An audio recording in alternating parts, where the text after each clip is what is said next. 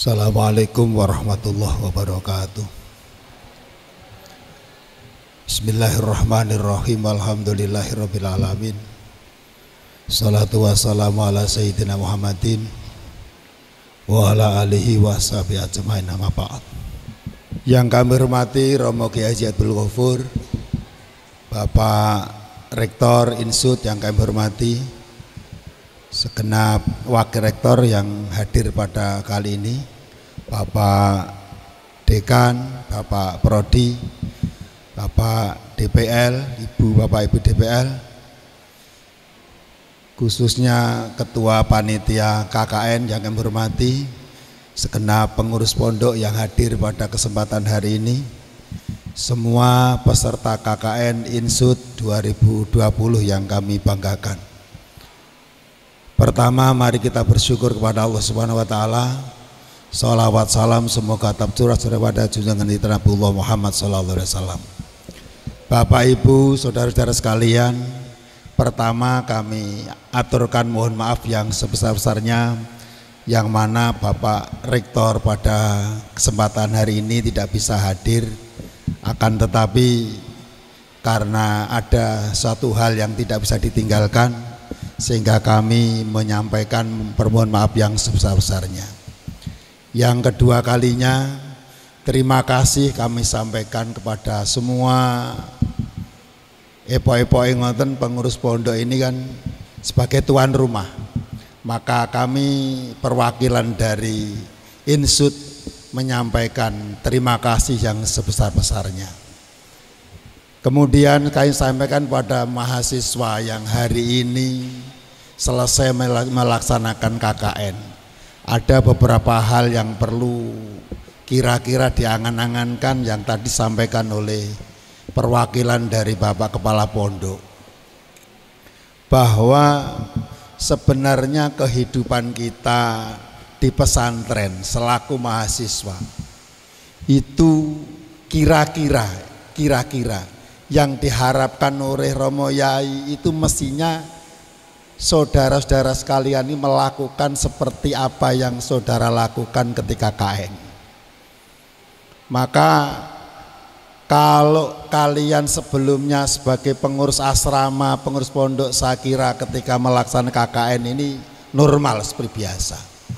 Akan tetapi apabila sebelumnya tidak pernah berpikir apa-apa, yang hanya ngurusi pribadinya, yang menikmati kopinya, maka akan begitu terasa. Oleh karenanya saya setuju apa yang disampaikan oleh Kepala Pondok, bahwa harapannya pelaksanaan KKN ini bukan merupakan akhir dari apa yang saudara lakukan, akan tetapi justru awal sebenarnya yang diharapkan keberadaan mahasiswa di pesantren ini adalah tentunya membantu hal-hal yang berkaitan dengan kegiatan pesantren ini. Ini yang harusnya kita angan-angan. Yang berikutnya adalah biasanya ini yang putra biasanya nek wis mahasiswa wis mari KKN itu problemnya dikira diniyah sudah selesai, dikira MQ sudah selesai, dikira ngaji ikhya sudah selesai karena sudah KKN. Padahal menurut saya selama kita di pesantren ini khususnya, maka hal-hal seperti itu selama kita bisa, saya mohon untuk selalu dilakukan. Kecuali kalau kalian nanti ada hal-hal yang kaitan dengan di luar. Sehingga sering saya sampaikan terkait dengan mahasiswa ini, sebenarnya di pesantren ada problem besar sebenarnya. Akan tetapi indikatornya gampang. Kalau semua mahasiswa ini mengikuti standar program yang ada di pondok, saya pikir tidak ada masalah sama sekali. Sehingga karena tidak ada kaitan dengan itu, maka kadang-kadang menjadikan itu problem. Tahun ini KKN dilaksanakan di pesantren ini merupakan kali pertama sehingga ini menjadi pembelajaran, dievaluasi secara tajam. Kalau memang ini lebih efektif, tidak ada salahnya ketika tahun depan akan dilaksanakan seperti ini dengan diatur dengan cara yang lebih baik.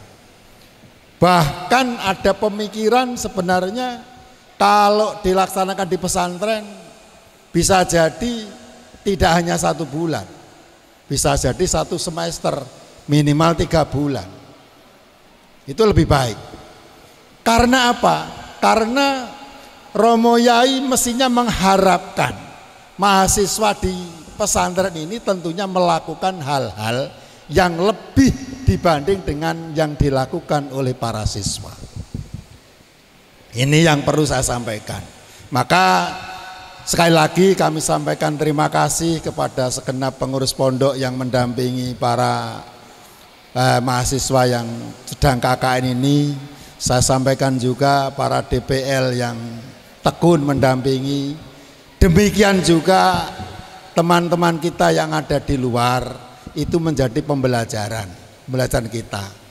Apakah misalkan dilaksanakan KKN seperti ini harus difokuskan di pesantren seluruhnya, apa tetap dilaksanakan sesuai dengan yang ada?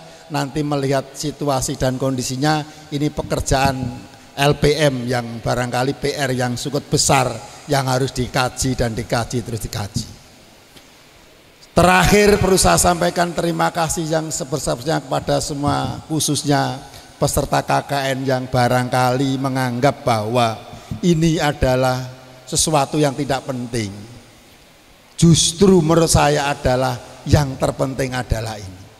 Kemarin Abaya menyampaikan, kata beliau, ini informasi dari mana ndak ngerti apa yang masuk di informasi beliau itu masuk seperti apa. Justru mengatakan lebih seneng nek mahasiswa itu KKN di dalam.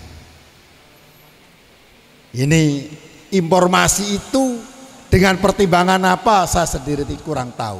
Oleh karenanya maka Pak LPM tolong ini dikaji lebih dalam. Yang perlu dikaji satu, apakah pelaksanaan ini lebih baik atau tidak. Nanti kalau lebih baik bagaimana cara lebih efektif lagi. Nomor 2 adalah keseimbangan, kebersamaan antara yang teman-teman kita yang bajak dengan yang di pesantren. Ada informasi yang masuk di telinga, Pak, yang di luar itu biayanya lebih banyak, kasihan kan. Neng jero nih entek sakmono sing jopo kok malah entek akeh, misalkan begitu. Ini kan perlu kajian. Karena dia sendiri ngeramut di sono dhewe, akhirnya biaya-biaya dhewe, tenaga-tenaga dhewe, akhirnya juga kasihan juga. Maka ini pekerjaan besar bagi Insud, khususnya LPM, untuk mengkaji terus bagaimana supaya kita lebih melaksanakan tugas-tugas ini tidak ada yang dirugikan dan sebagainya. Sing prinsipnya bahwa dalam kondisi apapun juga maka kita tetap harus melaksanakan kegiatan kita sesuai dengan keadaan yang ada. Kita tidak boleh hanya menyalahkan satu keadaan, akan tapi kita harus berpikir keras bagaimana ketika kita punya kondisi seperti ini, apa yang bisa kita lakukan.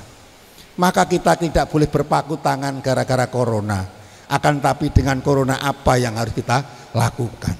Saya kira itu yang perlu saya sampaikan. Saya ulangi sekali lagi, mohon maaf yang sebesar-besarnya. Terima kasih juga kami sampaikan punya segala semua pihak yang membantu terhadap pelaksanaan KKN kali ini. Kami akhiri, wallahu muwaffiq ila aqwamit thoriq. Assalamualaikum warahmatullahi wabarakatuh.